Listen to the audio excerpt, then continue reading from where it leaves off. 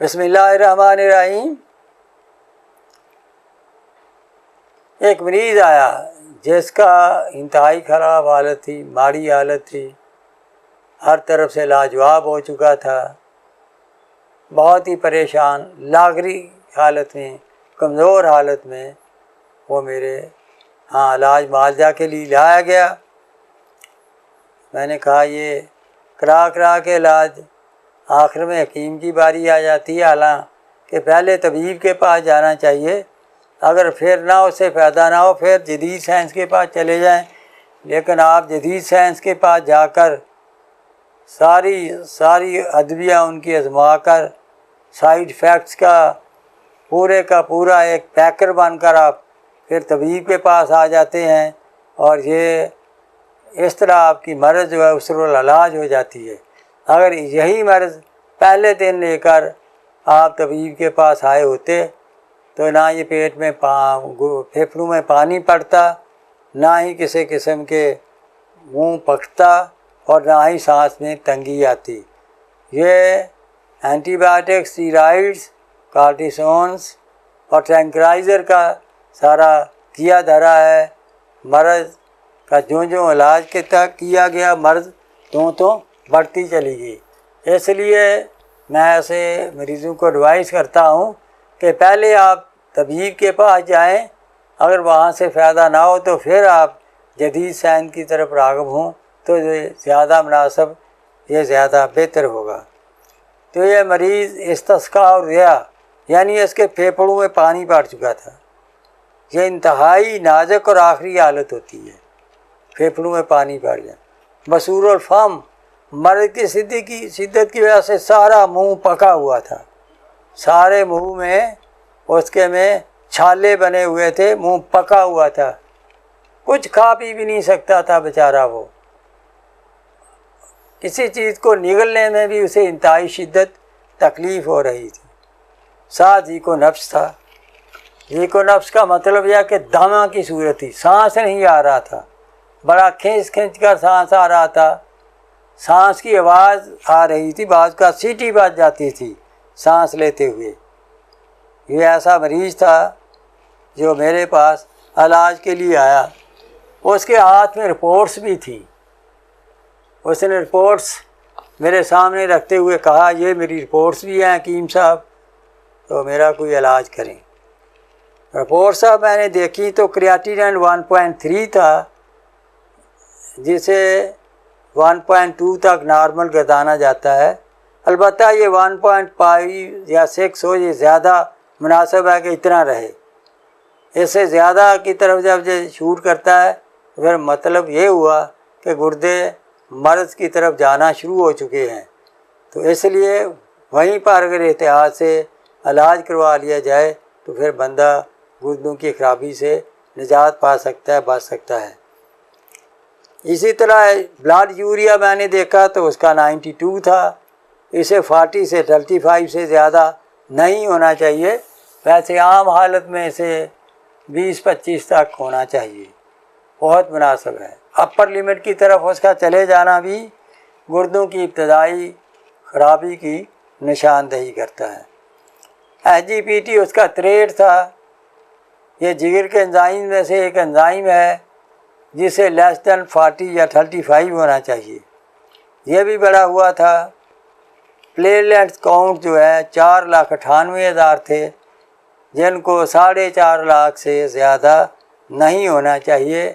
ایسی رپورٹس لے کر میرے پاس ایک ایسا مریض آیا جس کے پھیپھڑوں میں پانی تھا اور جس کا منہ پکا ہوا تھا اور جس کا سانس جو ہے وہ تنگ ہو کر آ رہا تھا، سانس کھنچ کے آ رہا تھا، یعنی دمہ کی سی اس کی حالت و صورت تھی۔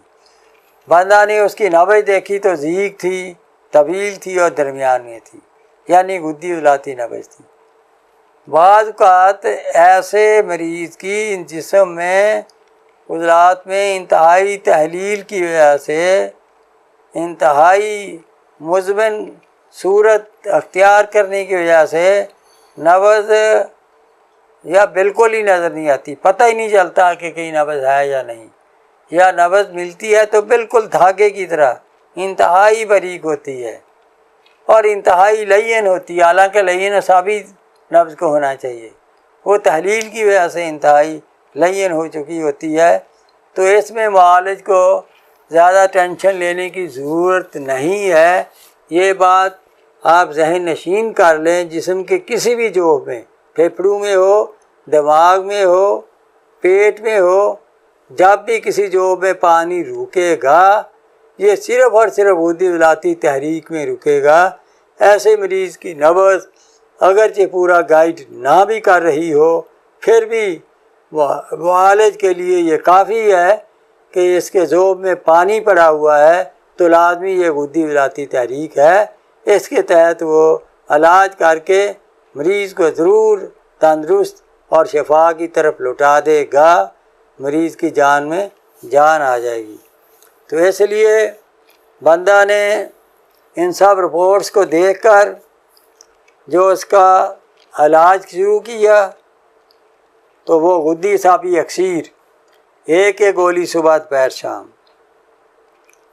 اکسیر استسقا 2 گولی صبح شام، اکسیر جگر 1/3 چمچی صبح شام ہمراہ شربت دینار، عرق مکوک کاسنی، عرق گاؤ زبان، یہ پینے کے لیے دیا گیا۔ یہ بتایا کہ پانی بھی نہیں پینا، پانی کی جگہ بھی عرق ہی پینا ہے، اسی عرق سے دوائی کھانی ہے، اگرچہ 10 گلاس پی جائے، یعنی کہ کم پینا، جب بھی پیاس لگے عرق دیں، بے شک جتنا مرضی ایک دن میں پی جائے، اسی سے جو ہے یہ دوائی دیں۔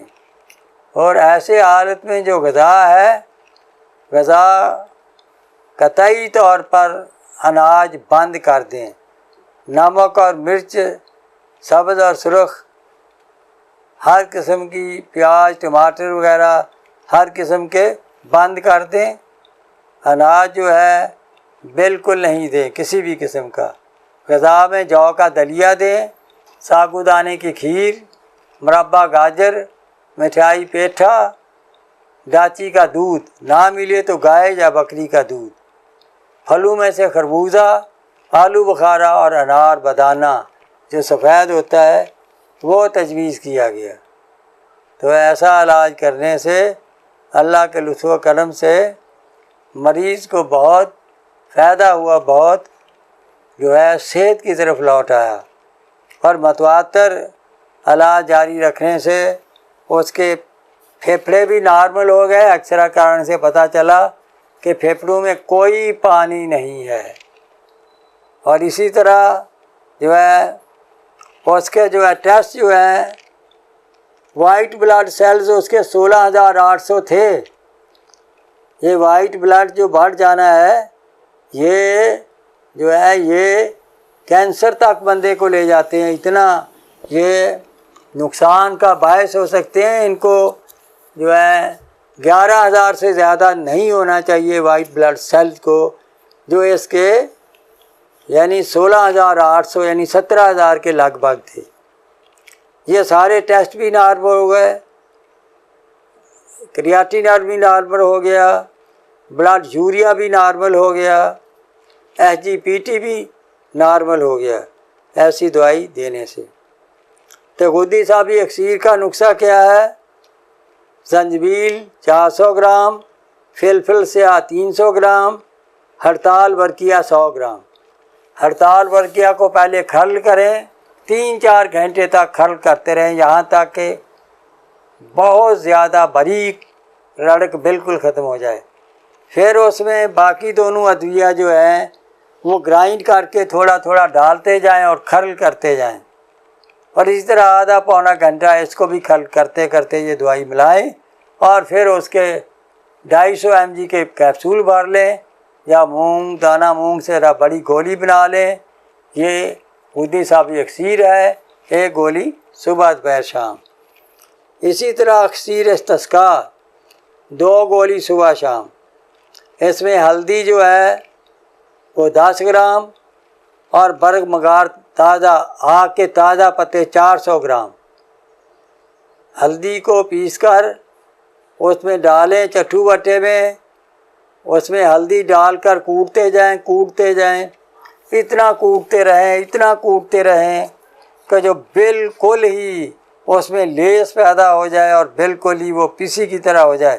پھر اسے نکال کر کھرل میں ڈالیں اور کھرل کرتے جائیں، اتنا کھرل کریں کہ وہ گولیاں بننے کے قابل ہو جائے۔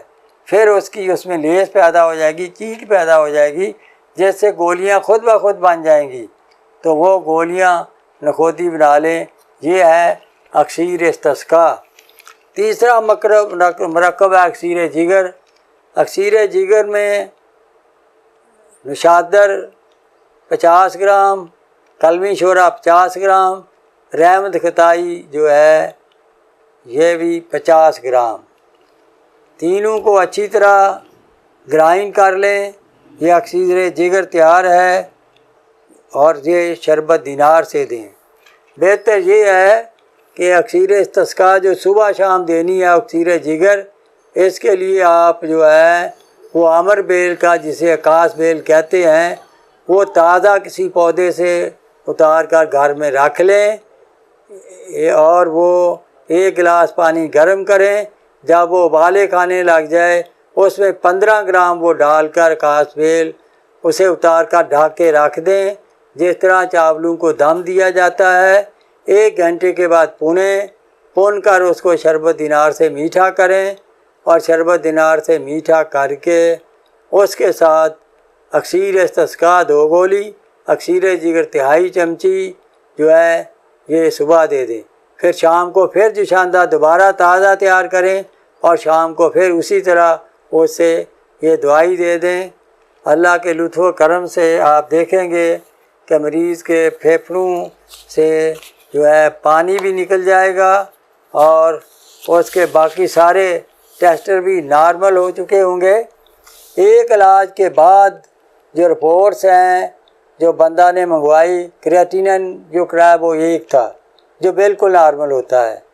اسی طرح بلڈ یوریا جو تھا وہ 41 تھا، 40 تک نارمل ہوتا ہے، اتنا 1 عدد کا تو لیبارٹری ایرر بھی ہو جاتا ہے۔